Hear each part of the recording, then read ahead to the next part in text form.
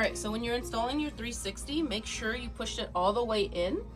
You can see it's all the way flushed, and I have 2 screws here, and then on the opposite side, 2 and 2. And then when you're adjusting your 360, make sure you're putting your arm in first with the 4 screws, and then depending on your spacing, you want to maybe do like the second or the first, depending on how wide.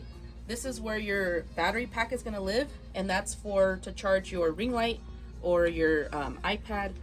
You're going to add these 4 screws here, depending on how high or low you want it.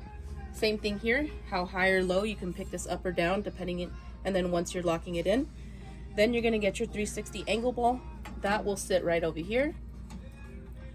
Give me 1 sec, let me use 2 hands. Are you gonna go now? And once that's nice and tight on there, I'm going to unloosen this, leave this U-shape towards the front so we can use that later. And I'm just going to tighten this for a moment. You'll get your ring light, and you can either, one, connect it this way, or traditionally you can just do it like this and then twist this on. All right, and then once it's on there nice and tight, we're going to turn this, twist, twist, twist until it's nice and tight. Unloosen this. Now I find my angle and tighten it up, and that's how you successfully set up the rotating arm.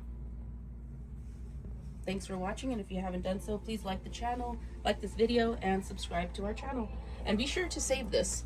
There is a plastic cover. This will protect your mirror from any scratches.